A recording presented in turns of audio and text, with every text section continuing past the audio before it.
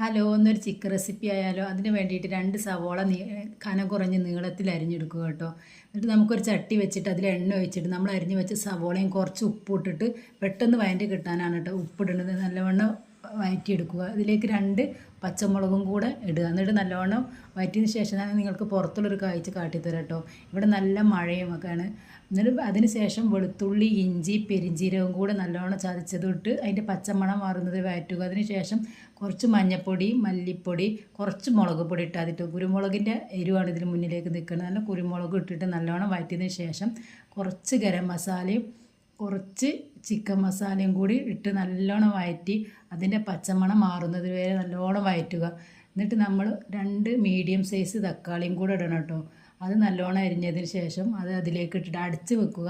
അതിൻ്റെ വെള്ളം ഇറങ്ങിയിട്ട് അതിൽ നിന്ന് വേണം തക്കാളി വേഗം. അതിന് ശേഷം നമ്മൾ കഴുകി വെച്ച ചിക്കനും ഇട്ടിട്ട് നല്ലോണം മൂടി വെക്കുക. കുറച്ച് വെള്ളം ഒഴിച്ചാൽ മതി. എന്നിട്ട് ആവശ്യത്തിന് ഉപ്പ് ഇടുക. അപ്പോൾ നമ്മൾ ചിക്കൻ റെസിപ്പി